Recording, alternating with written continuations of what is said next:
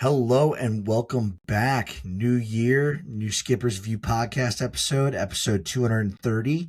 I'm Brett, that's Hagen. As always, brought to you by Chinook Seedery. Use the discount code The Skipper's View to get 10% off all sunflower seeds.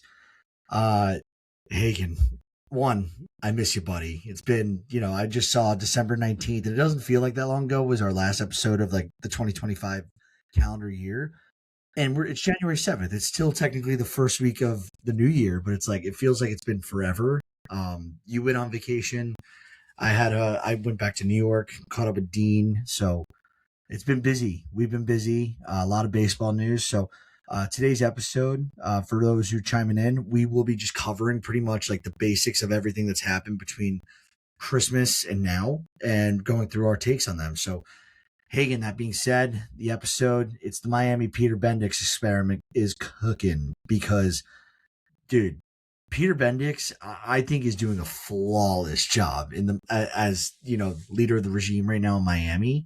And today he struck again. So Miami Marlins and the Cubs, they made a deal. They send Edward Cabrera to Chicago. So he's got control for the next 3 years for Chicago. I think this is a good move for both teams. And the Cubs are sending MLB Pipelines two of their top prospects, Owen Casey. He's the number 47 overall prospect. Aram Layton loves Owen Casey. And then they're also sending Christian Hernandez.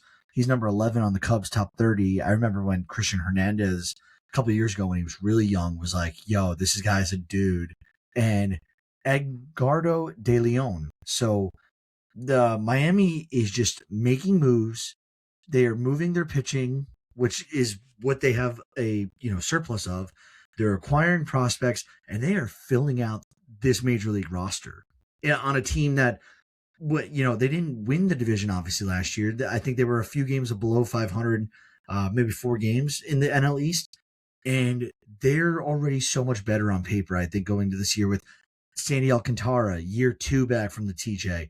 Yuri Perez will be back. You got Max Meyer, and that doesn't even include guys like Noblemeyer and Thomas White, very promising young pitchers that Miami's now got at their disposal in the prospect system.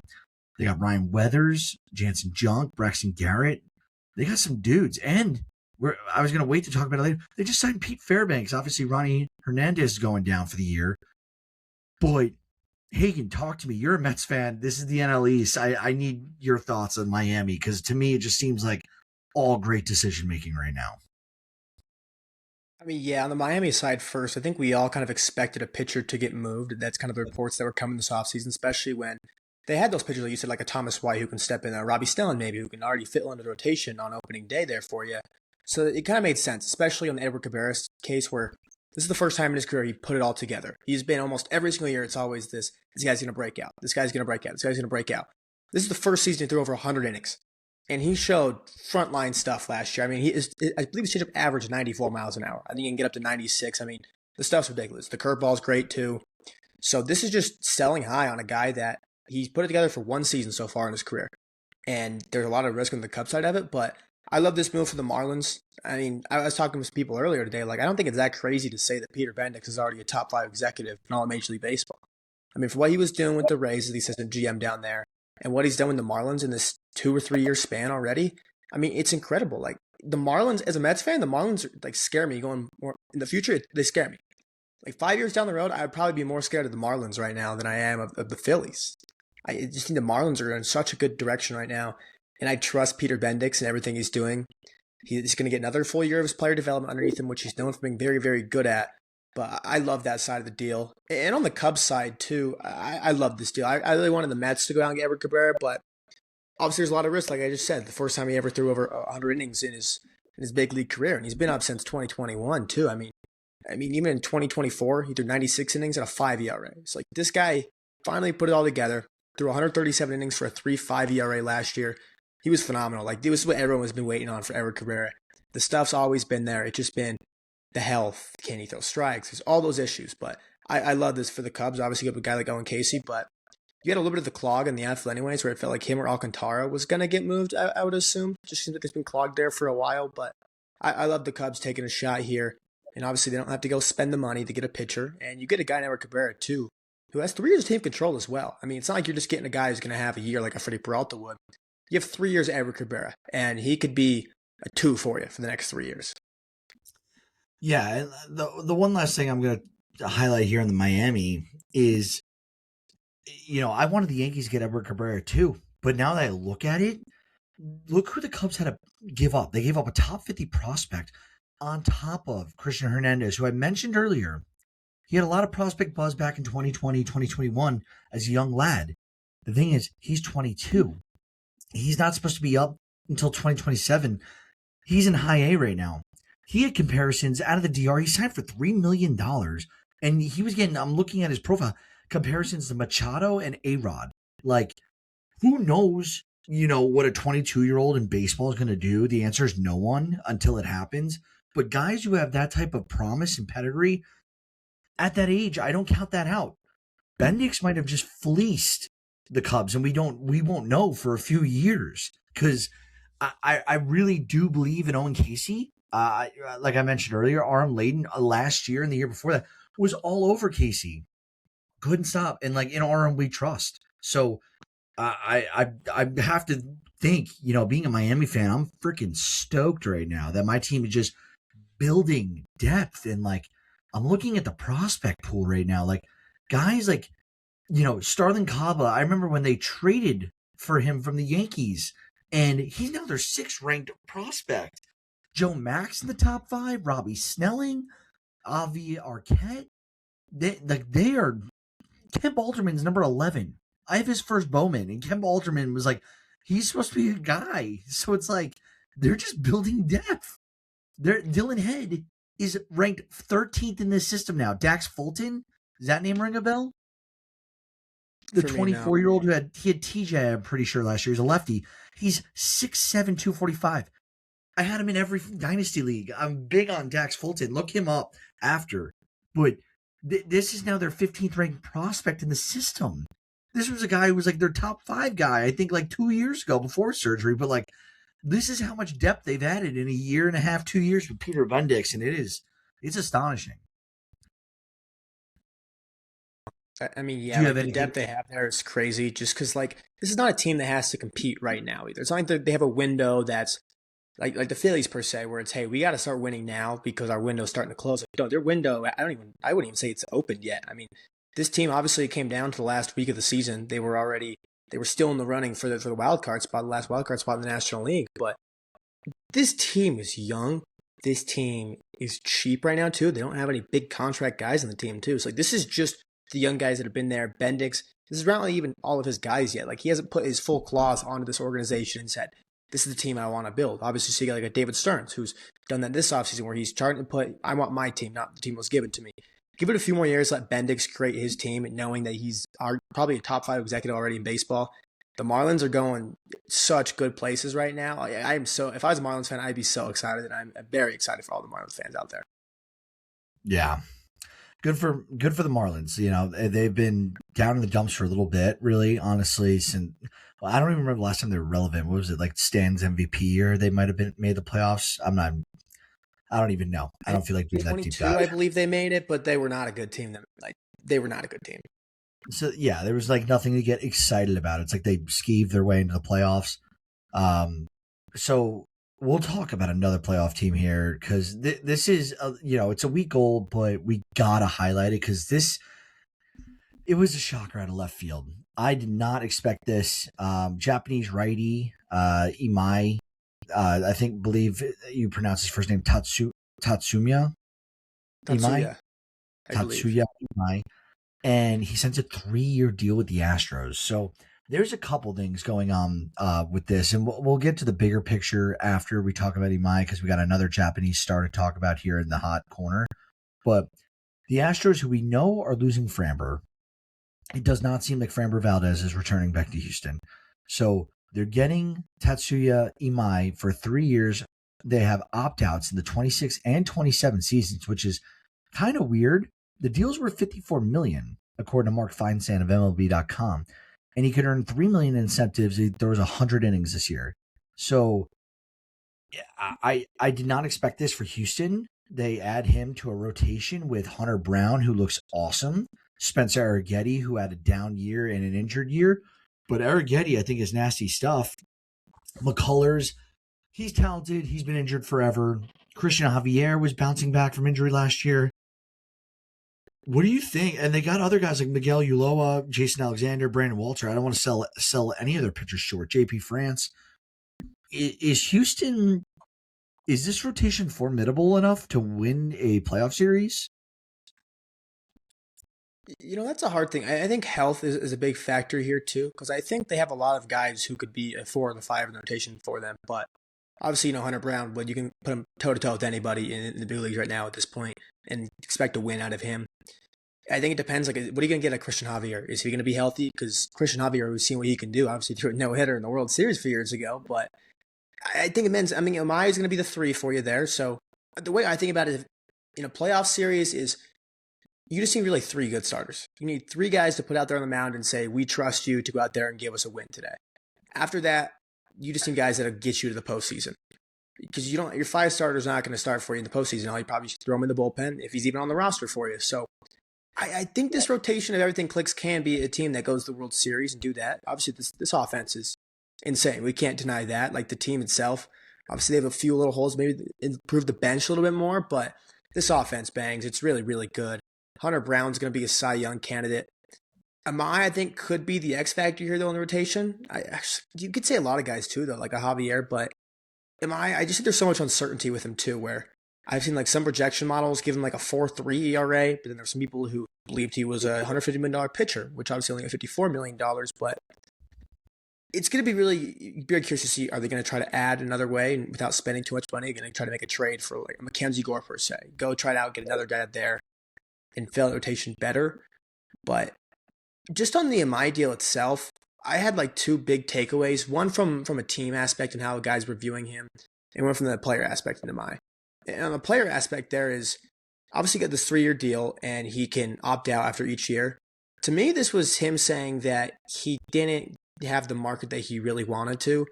And instead of going out there and signing a 4-year deal, whatever, low AAV, whatever would have been, say, well, I'm just going to get the AAV that I want and I'm just going to get opt-outs every single year. So if he goes out here and he throws 150 innings at least and gives you a 3.5 ERA, he's just going to opt right out, and then he's going to go get whatever, $100 million, $150 million, whatever he's going to get it for. Because he's still a young pitcher. It's not like he's an aging old guy who's 35 years old. And on the team side, too, especially with the incentives here, where if he has incentives at like, I think it's 80, 90, and 100 innings, and it's $1 million, $3 million each on each one of those, that kind of tells me that like some of the big league teams don't really feel confident in him withstanding a workload. Obviously, in Japan, you're only throwing once a week. I think once every 7 days. Yeah, once or 6 or 7 days there in Japan. So his depth's going to be a little bit, he's not going to be pitching, he's going to be pitching a little bit more. Obviously, they're going to start with a 6-man rotation, but you don't know how that's going to last the whole season. Obviously, injuries and stuff, performance. So I think teams are just a little bit concerned on how much innings, how many innings he can give you and what quality too. I mean, I think teams would rather have a little bit less innings with a higher quality than go out there and give me 130 innings and you're a 4.4 ERA guy. So they kind of told me that teams just kind of want to see him prove it first and see him go out there and show that he can handle a major league workload. Yeah, go figure. I'm right now just like, as you're going on about hitting that 100, 150 mark innings, I think you bring up a really good point. And I've never looked into this, and, this might be like, how did you not know this type thing, but there's no ready statistics about pitchers in Japan versus pitchers in, the MLB. So the Nippon League versus MLB, who has more injuries. But everything that Gen AI is saying, and don't quote me on this, it's Gen AI. I'm not doing a deep dive. It seems like pitchers in the U.S. get injured a lot more seriously because they're looking for max effort stuff versus like fluid mechanics. I don't think it's necessarily a bad thing from MI if he doesn't, have to. You don't need, like, I'm more of a fan if I'm a team running a 5, 6, 7-man rotation rather than a shorter rotation. I think look at the Dodgers. They just plug and play. Like, they've been like non-committal to a few of their back end starters, like the Emmett Sheehan's, the Gavitt Stones, the River Ryans of the world over the last few years. Even the Landon Knack, when he pitched, he was solid. Yeah, and you don't even have Bobby Miller anymore. Like, who knows what his game plan is? The Dodgers make it work with having more guys throw more innings rather than just like having 5 workhorses or 4 workhorses. So we'll see. I think this is a huge signing for Houston. For some reason, I really think it's going to work out because I hate Houston, and I think they're a very well run organization. I think they don't make bad signings typically. So we'll see how that works. And just to Yep. kind of back up your point too on like the max effort thing that you were looking up there is Yaku Cosmopolitan, who was doing a great job covering and giving data on MI this whole offseason, trying to help fill people in on what to expect from a data point and how things are to translate over. He had a graph that was showing just the amount of fastballs that at each mile per hour in velocity in the 90s, just at how far his fastball was ranging. MI's fastball ranged from, I believe, 90 miles an hour to 99. Like it was a 10 mile per hour difference in his fastballs because sometimes he would kind of sandbag out there. Then he would let it eat sometimes. Like he wasn't like he was throwing max effort like he was in the big leagues there, so which kind of backs your point up there. Yeah. Oh, no, appreciate the backup. Another Japanese star signed with Toronto. So Kazuma Okamoto, third baseman, he gets a 4-year, $60 million deal to head to Canada. So, Hagen, I'll take this one. Why is everything seem to be going like? I hate to be a hater here, and I know the Blue Jays were so close to winning World Series, but if in buts were beer and nuts, every day would be a party. Toronto didn't win, and they're not World Series champions. I still think the Yankees, like, not trying to be biased. I like the Yankees roster, and I'm not trying to defend Cashman in this like silent, offseason right now. But the Yankees roster, assuming they get back Bellinger, I'm not even. My hopes with Tucker are kind of gone now. They get Bellinger. They've lost some pieces in the bullpen. They've also added some pieces to the bullpen. They signed their depth guys. They got Ahmad Rosario back to come off the bench. I know Jason Dominguez is a left field defensive liability. They have Spencer Jones, who is sitting amongst them in the prospects farm system here. They got Judge. They got Ben Rice, who had a fantastic year last year, and that's coming off of, Luis Heel came back from injury, and he was like their 5th starter. Cam Schlittler looked great. Garrett Cole will be back in the middle of the season, paired with Rodon, paired with Max Fried. What am I missing here? Why am I am I crazy to think the Yankees are like kind of being undermined in the AL, and why they're not getting anyone? Do you think they're not being aggressive, or do you think Toronto's just got all that hype right now? That's a loaded question, but I mean, I was saying this the other day too, when obviously Yankee fans want to go out there and sign an ace. I was like, you don't really need like a frontline rotation arm. I was saying like, even if you just want to sign like a Zach Littell and save your prospects. I know a lot of people were mad that they didn't get Edward Cabrera, and I was like, why not just save your prospects that you don't really want to part with because you don't know really who after that you're going to be able to part with after that. So why don't you just save until the deadline to go get what you really need then? Sign like a Zach Littell for $10 million a year and have him eat innings for you at a 4, because that's still a very valuable pitcher out there. I think the Yankees, they do need to do something like you're saying, because I think if they sign Bellinger, bring him back, it changes the conversation a bit. But the rotation is fine, but you can't count on Garrett Cole to be Garrett Cole when he comes back. He's coming off Tommy John. We saw with a guy like Sandy Alcantara last year. He comes back and he has some struggles. Maybe later on you can expect him to be a little bit better, but you can't expect it right away. But my whole thing is just like the offense. I mean, I know you can't think this way, but if Aaron Judge gets hurt, this offense is not that good. You go from arguably one of the best offenses in baseball to mid to bottom of the pack offense. Like Jazz Chisholm's your best hitter after that? yeah. So, but Jazz Chisholm is a 30-30 guy, and I'm just look at this with me real quick. And I don't want to do a whole soap op on the Yankees right now.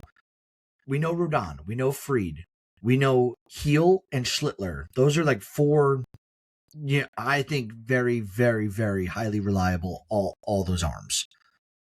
Then you have Clark Schmidt and Garrett Cole coming back right after the All-Star break, which is further into the season. It's not halfway; it's further than halfway. And you also have Will Warren, who I don't think could be any worse than what he was. I think he'll improve a little bit. He's still younger. And the Yankees have a few prospects like Ben Hess, Chase Hampton, Henry Lillane. They have LaGrange as well. They have arms. And then on top of that, in the bullpen right now, you got Bednar, Camilo Doval, Tim Hill, Fernando Cruz, Ryan Yarbrough, who's an innings eater as well and could also start some games for the Yankees. I think the arms are fine. And then, like, what are you going to do with Austin Wells? He finished second or third in Rookie of the Year voting 2 years ago, had a bad year last year. He's not even going to be fully reliant to play catcher with Ben Rice now.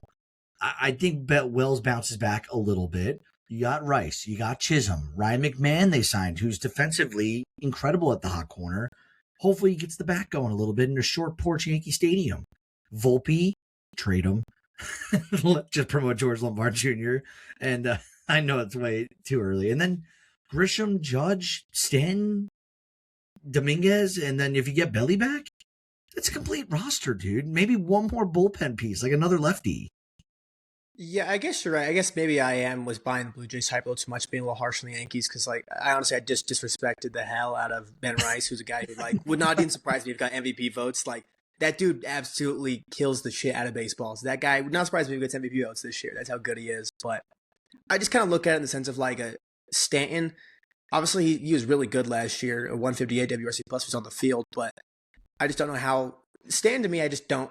I'm just done trying to figure out how often to like bank him in. I can't count him as an everyday guy, but I can't count him as not playing. So I just kind of count him as like when he's the healthy, he's the DH. But besides that, don't clog your DH. But I think you're right too. Like this team is still very, very good. Like I don't know if I would pick them over the Toronto Blue Jays. I think the Blue Jays are the better team, honestly. But I think you are right that the Yankees are getting a little bit overlooked, and I think the biggest reason why, honestly, is just because Cashman has done absolutely nothing besides sign a couple bench bats this offseason.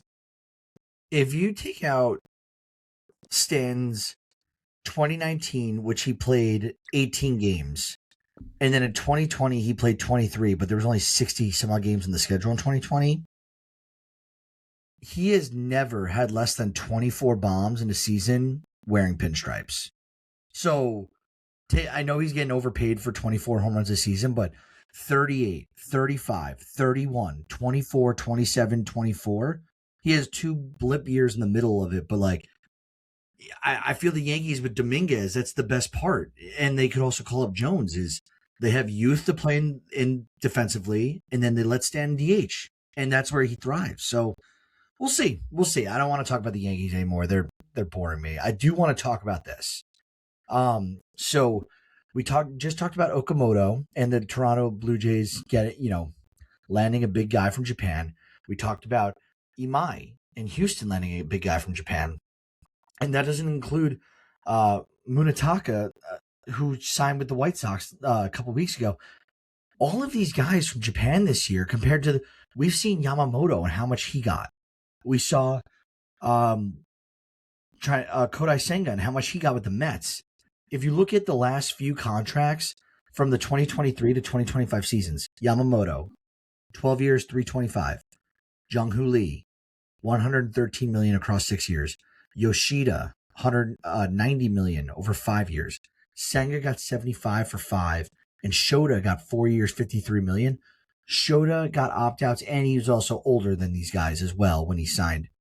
What do you think is going on with these Japanese players getting less in contract value off the initial after being posted for this season? I actually think it's a really good conversation here because all the contracts we've seen from these guys were under their projections. I think Okamoto is the closest one to his projection, where I think that one is probably around fairly what I think people thought he was going to get. I don't remember the projections off the top of my head, but like obviously the Murakami one was coming in the offseason was like, this guy get $200 million. This guy could get $200 million. And I think on the Murakami thing is the sense that I think teams have seen the risk, Daniel. Like if you look at those names you named, Jung-Hoo Lee, $113 million, that's a bad contract right now. Masataka Yoshida, the Red Sox are tied up with that guy, and they can't get rid of him to anybody right now. Kodai Senga, he was unpitchable last year after being a great pitcher before that. I don't think he should be written off yet, but still kind of stuck with him for another couple of years there. So I think teams have seen that, hey, these guys the last few years, they just really haven't worked as well as I think we need to do a better deep dive on them. The Murakami thing, I think, was more just like this guy, his whiff issues are crazy. Like people were comparing his data of just like his exit velocities and how much he swings and misses, just to try to put him comparable to that. It's like a JD Davis, Joey Gallo comp of like, do you want to give a Joey Gallo $200 million? Hell no, you're not going to do that. Obviously, he's younger and stuff like that, but I think teams are just kind of saying that. It's the one thing if like one team gives him the money, but the fact that all 30 teams were like, all right, Murakami's going to sign for $34 million, that 29 other teams didn't want to pay more than that, that tells me they're all like, hey, these whiff issues are maybe too much for us to take the risk on. That's why a team like the White Sox took that on. And I think it's just like let's just have him. He spends his 2 years with them, and if we see it after that, then we'll go out and give him the money. And with the Amai thing, I think that one's just I think that one's unique because he's such a unique pitcher too. Because how low his release height is with his arm angle, and then how short he is too. Like it's just a weird angle that comes at people, and then a slider that doesn't move the way of a slider, moves opposite, moves arm side. It's such a weird thing, and I think a lot of people had concerns with his zoning, his pitches, throwing him in the zone a little bit. I think he's just more of a unique case. Although I really was surprised more about Amai not getting at least $100 million. I thought that was going to be the baseline for him. But the Murakami one I can at least see because there's huge glaring issues that it's not going to surprise anybody if he's a Joey Gallo. Yeah, and my big thought with all this, and it's pretty easy and simple, and like I feel a lot of people would probably think about it for 1 second, and be like, yeah, that makes sense. I think that these guys, the guys I listed off in their contracts, not this year's offseason, but the past 2 years, they should be thanking their lucky stripes for Shohei Ohtani. And Ohtani signed his contract at the beginning of 2024, but he was with the Angels, and everyone knew the deal he was going to get. It was going to be some stupid. And I think a lot of teams were just taking bets like, hey, we don't want to miss out if there's another Shohei Ohtani coming over from Japan or just Asia in general from the, Japanese leagues or the Korean leagues or somewhere, Taiwan, wherever, coming over. And they didn't want to miss on a potential superstar because I think execs in the past used to underinflate, they play in the Japanese and foreign leagues like that, they can't keep up with American League pitching. And then they saw Shohei Ohtani and Ichiro, give him Ichiro some credit too. And they're like, yeah, they could play baseball very well. So I think that effect, definitely the last 2 years with these inflated contracts for guys who are getting posted, has a big part to play. And now we're seeing the execs kind of slow down on like what they want to see before they do a massive contract. I actually think that's a great point. I think that definitely plays a factor in it because you saw it with that, like when the Angels got Ohtani and just like the factors it has into like what people want to go play with Ohtani because he's the babe. He's like the most famous guy in Japan. Like my buddies were just in Japan and they literally were like, this guy is everywhere. No matter, he's on the water bottles, he's everywhere. He's on the billboards, everywhere. Like you can't go anywhere without seeing Shohei Ohtani.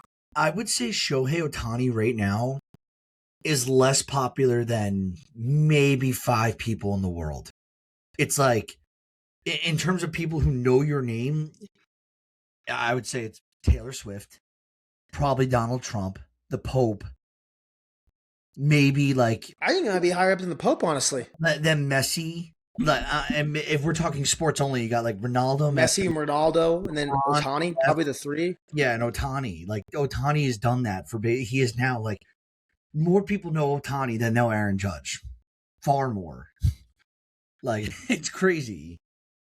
But yeah, I mean, it's like just how big he is. And like you were saying too, like teams saw that we could kind of build a pipeline in the sense of if we get an Ohtani and people want to come play here, I think at that point, because it's like, I think we saw teams trying to do that where, hey, we're willing to overpay a little bit because it's going to open the window for future Japanese players and they're coming over to, hey, we have someone here to come over and play with us here. You have a buddy, you don't necessarily have your translator with you. You have somebody else that can tell you about the organization, show you what it's like, do all this. You get to play somebody you know as well, too, moving to a foreign country, not speaking the language. Yeah. Yeah. Ohtani's doing wonders for the game of baseball. That's, no secret. That's why we love him. I need to get his autograph at some point. Let's jump into some news and injuries, and we'll go through a few of these because some of these are minor stuff and transactions, but we don't want to not shed light for the teams that are starting to bolster and build up that depth for the year as more free agents sign and then the bigger name free agents are kind of being patient, just waiting. This is typically what happens every year. You have a few big guys sign, not always the biggest fish. Everyone else fills out the roster, seeing where they can get their, deals. And then bang, come the big signings. So, we mentioned Pete Fairbanks. He signed with the Marlins. I think the Marlins are truly a few bullpen pieces away from like seriously being competitive in the NL East. Like, and I say that with it. I think the Mets are going to be better. I think the Braves are going to be better. I think the Nationals are going to suck. I don't know why. I just think the Nationals are going to suck this year. And then, who am I missing? The Phillies. I think the Phillies are going to regress a little bit. I think they'll be good. I just don't think they're going to be what they've been the last few years. Um, the Cubs, they reached an agreement with right-hander Jacob Webb, 1-year contract with a club option for 2027. The Cubs also reached an agreement with Christian Bethancourt, a catcher, on a minor league deal. Includes a non-roster invite to spring training. So the Cubs, on top of making this move for Edward Cabrera, they signed an arm. They signed a depth at the catching position with some, proven past talent. Cubs are starting to add, and the adding a pitcher, starting a frontline starter like Edward Cabrera, who would, I think he'll be probably their 3, maybe behind Shota and Justin Steele if he's fully a go. Are you thinking, how far away are the Cubs from taking a division title in 2026? I don't know if I can put them over Milwaukee right now, just because you got to factor in you lost Kyle Tucker, so you got to factor that in there. But I think you need another bat in there. I don't know how willing they are to spend some money, but obviously with getting rid of an Owen Casey, you open up the outfield too, because I don't think you want to run an Alcantara out there every day type of thing. But I think they could go get a bat and make this offense very, because we forget too, like this offense was so well rounded last year. Like everyone was just, okay, this Kyle Tucker, like even me at the beginning of last year, I was like, who after Kyle Tucker? I mean, even guys like Carson Kelly were stepping up last year. They had guys, you're going to have Matt Shaw on his second year, who was great in the second half last year after a slow start. I mean, you have so many guys in this offense. Yeah, Michael Bush he was a top 10 hitter by WRC plus last year. He had the same numbers as Pete Alonso last year offensively by WRC plus. I mean, like this offense is so well rounded. This offense is so well rounded. I just think you need one more like kind of big thumper in there, and this offense could be right back where they were last year. Yeah, they should almost. I think the Cubs, if they have the prospects to do it, which I don't. I have to look at the Cubs. Maybe they make a move for Duran. That would almost be like their outfield piece to add, because like they have. I'm trying Ian Happ, PCA, like that dude. He could be a monster outfield. And you have Seiya out there too. Yeah, I mean, I don't know. They can get creative. Maybe they focus on pitching, but they can get real creative. They definitely need to do another move, in my opinion, though. But like you're saying, they can be creative with this. They're in on Bregman and supposedly in on Bichette, so we'll see what happens there. Cardinals, they acquired left-handed pitcher Justin Brule from the Guardians for cash. This happened on Tuesday. I didn't know anything about Brule. He's 28. He appeared 94 games over a 5-year stretch with the Dodgers, Rockies, Pirates, and Blue Jays. He had 4.72 ERA, 2 starts. Yeah, he's a piece. I don't know. We'll see how he does. Baltimore adds who I wanted the Yankees to go after as a 4-5, Zach Eflin, to a 1-year major league deal with a mutual option for 2027. So it's worth $10 million guaranteed. Good for Zach Eflin, good for Baltimore. They also claim Big Christmas Jahanski Noel off waivers from the Guardians. He's 24. He had a great start to his career. Disappointing 2025. I don't know if the Baltimore Orioles really need a Jahanski Noel in this lineup. I feel like every lineup in the MLB could use a Noel at the same time. No one needs a Jahanski Noel. He doesn't bring speed. He brings power. He could hit the shit out of the baseball. The outfield's deep in Baltimore, and DH is obviously filled by. They have a bunch of DH options that they could use too. So interested how they're going to use him, but it's a move. I think the way you opened that up too was, I don't know if Baltimore needs Jackenzie Noel is the best way to describe it, because I should have updated this, but he already got DFA'd today. I think he was on the team for 2 days. He got DFA'd. It got kind of under the radar news with the Edward Cabrera stuff, but he could clear waivers. Again, obviously he cleared about 10 teams to get to the Orioles, so if he clears again, he could just get outrighted to the AAA, and then you have him there for future. All right, I missed that, but thank you for catching that. The Rays added Justin Henry Malloy from the Tigers for cash. The Yankees added Paul DeJong on a minor league deal. I'm assuming they're hoping DeJong is a veteran who could come in and play some shortstop reps for Volpe when Volpe's not hitting this year, because I don't know. After what I saw last year, I'm really heartbroken with Anthony Volpe right now. The White Sox, they add Sean Newcomb on a 1-year, $4.5 million deal. They also add one of my personal favorites, Jared Kelenic, on a minor league deal. So, Hagen, Kelenic was drafted 6th overall by the Mets in 2019. Do you have any thoughts on Kelenic? My thoughts are that he's just not a good baseball player anymore. But I will never give up on Jared Kelenic. He might be one of the only guys who's just the most washed up prospect that I'm still following pretty well to just see how he's doing. Last year with the Braves, he was awful at AAA. It was not good at all for him last year, which sucks for me. Even though he was on the Braves, I want to see him succeed. I want him to see him get back to where he was before he kicked his foot against the water cooler. But I love the White Sox taking a chance like this because this is a team too where he could come up there and get to compete. And Chris Getz, the White Sox president of baseball operations, he's having a great offseason. Like the White Sox are having probably one of the most exciting off seasons. They spent some money, they're getting exciting pieces. Even like a Sean Newcomb, he's going to be a starter for him, they announced. That's a great piece to go out there and flip at the deadline. Chris Getz is going to have a great deadline this year because if the pieces doesn't work, who cares? The starting pitcher is worth $4.5 million. You might have to pay him $2 million to eat innings for you if he's not great.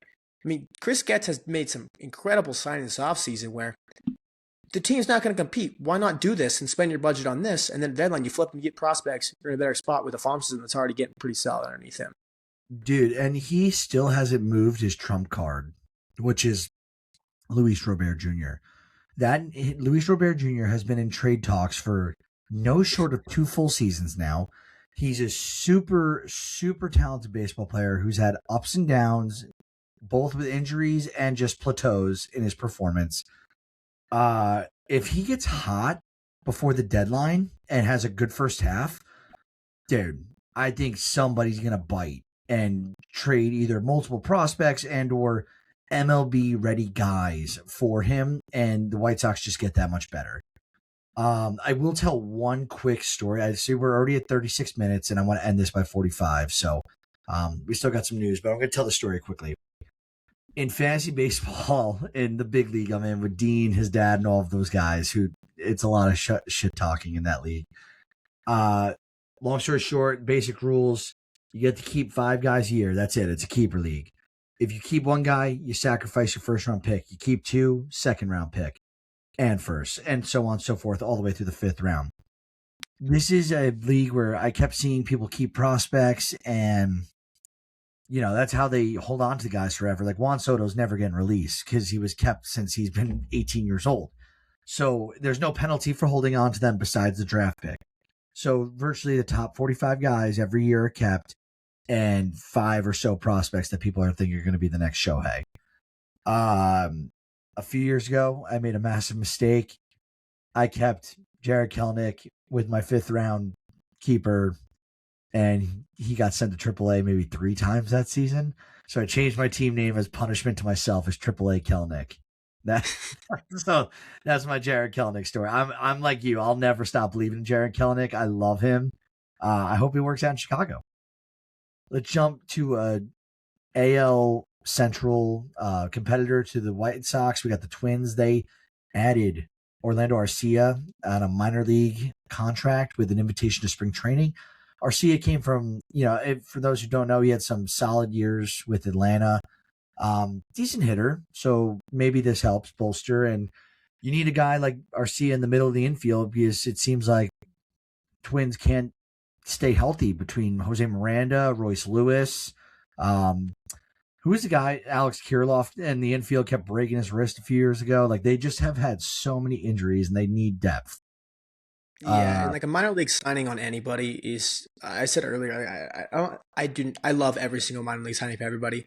There's no risk to a minor league signing. You need to fill out roster spots down there anyways. And Orlando Arcia, he, as people have put it to me, he swings a paper bat, swings a pool noodle out there. He really can't hit at all, but he'll play great defense for you. So this is like the type of minor league signing where if a guy does go down and you can't really get that much offense right now in the offseason, you get a guy who can fill in and play good defense for you and you at least get some value that way out of him. So I wouldn't be surprised if he makes the majors at all this year. He'll probably be up at some point. Yeah, we'll see. And like, I love how you just immediately, I was like, he's a decent hitter. He was an all-star in 2023 and he hit 264. I guess he hasn't really been good since 2023. So in that year, he did hit 264. He hit 17 bombs, 65 ribbies. But some decent defense, and if he can get the bat going, it's not a bad bat to add to this lineup.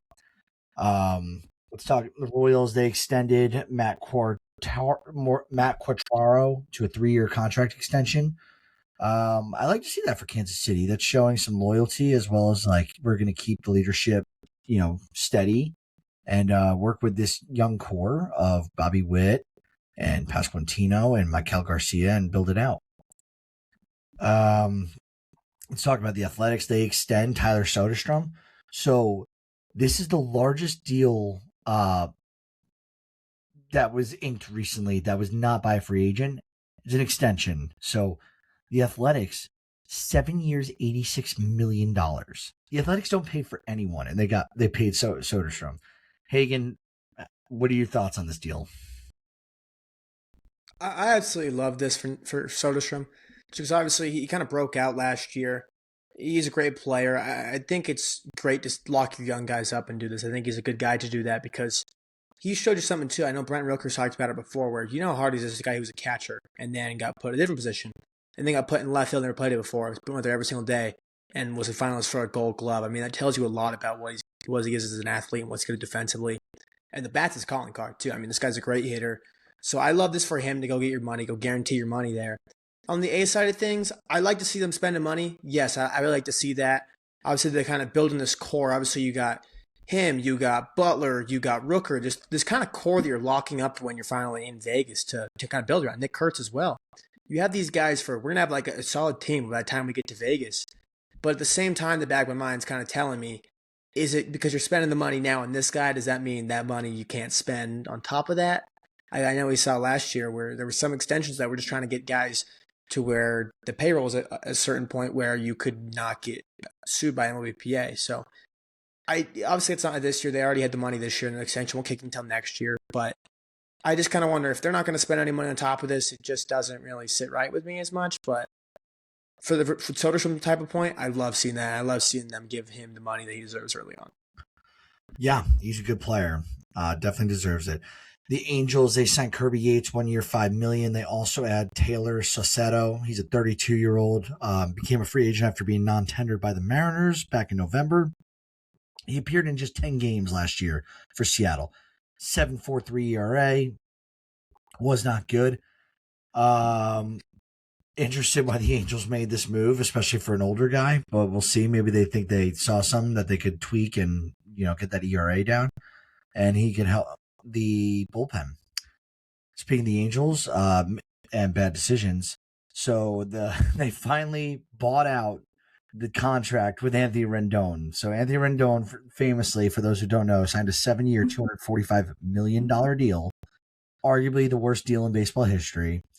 But his tenure there is over, and they bought him out of his final year of the contract. So I think they made the right move, getting that dead money off the books, and good riddance, Anthony Rendon. I've never seen anyone make that much money have such bad attitude towards the game, and it is what it is. Like, I can't make you happy. You don't know me. You don't give a shit about my opinion. But as a fan of the game of baseball and a guy who looks at it like, hey, one thing, we're working class Americans. You and I, we're not making hundreds of millions of dollars. This guy is, and on top of that, what type of message are you sending to kids that like you just paid like that, and if so, just walk away.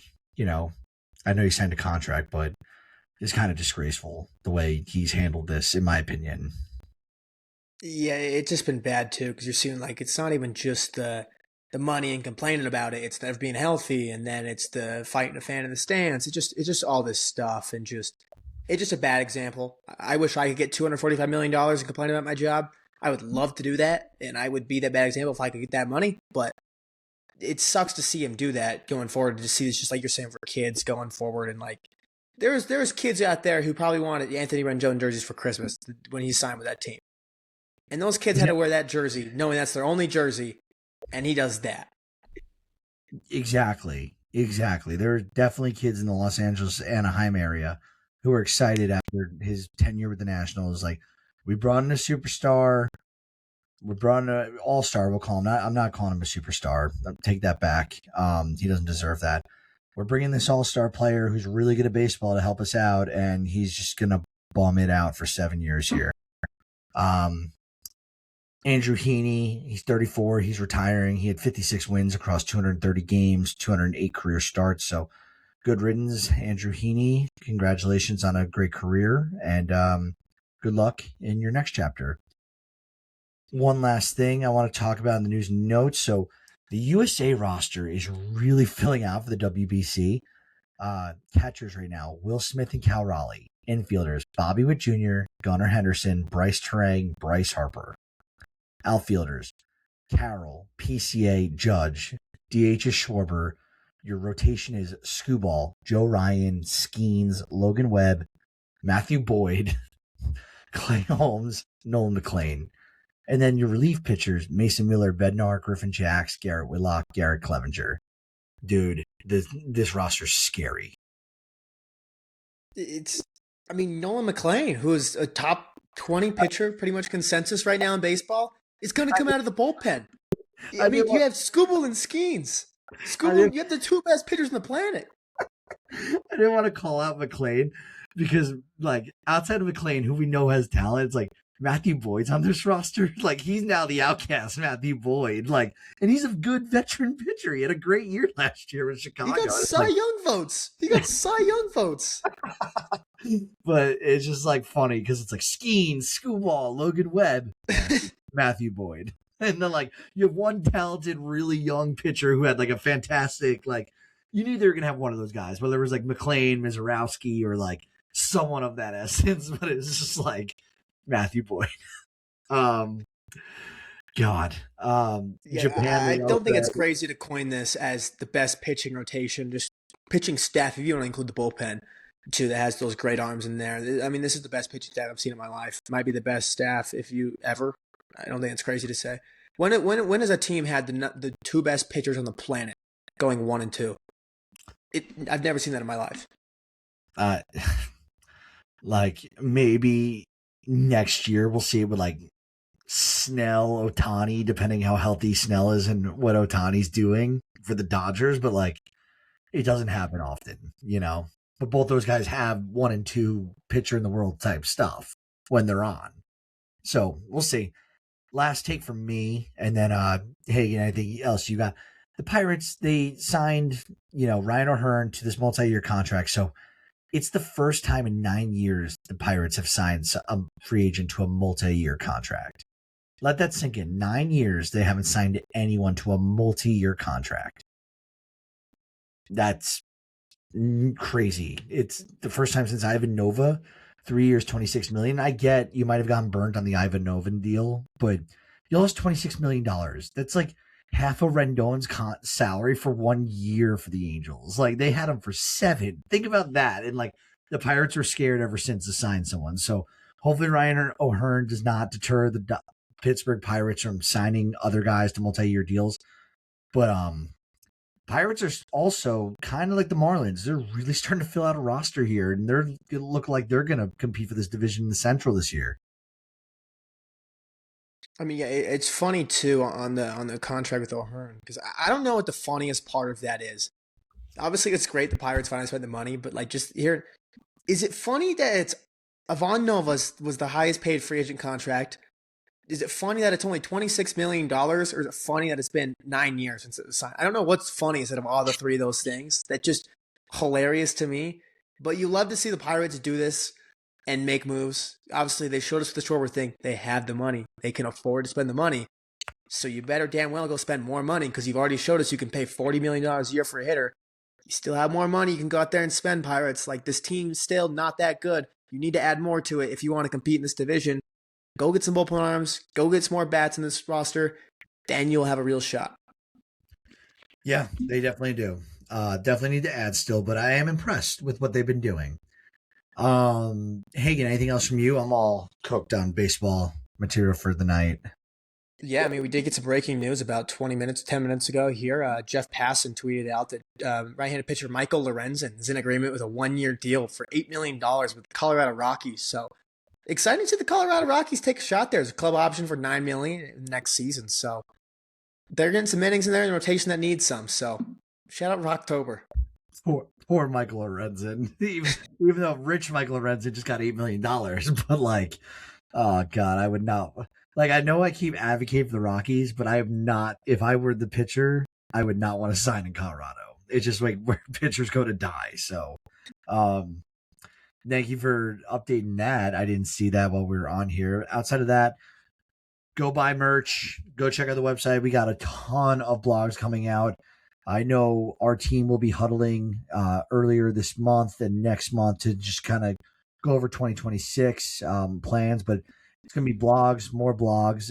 It's been really growing our website. So please like, subscribe. It's free right now to subscribe. And if you want to join a premium list where you get some of our more exclusive content, I think it's like $60 for the year. It's nothing big, and we don't have ads. So it really helps us writers just get paid a little bit on the side for all the time we put into this. Appreciate all those who are still with us. 50 minutes in, we went 5 minutes over. Not bad. That's it from me. Hagen, you all good? I'm all good. All right. Bye.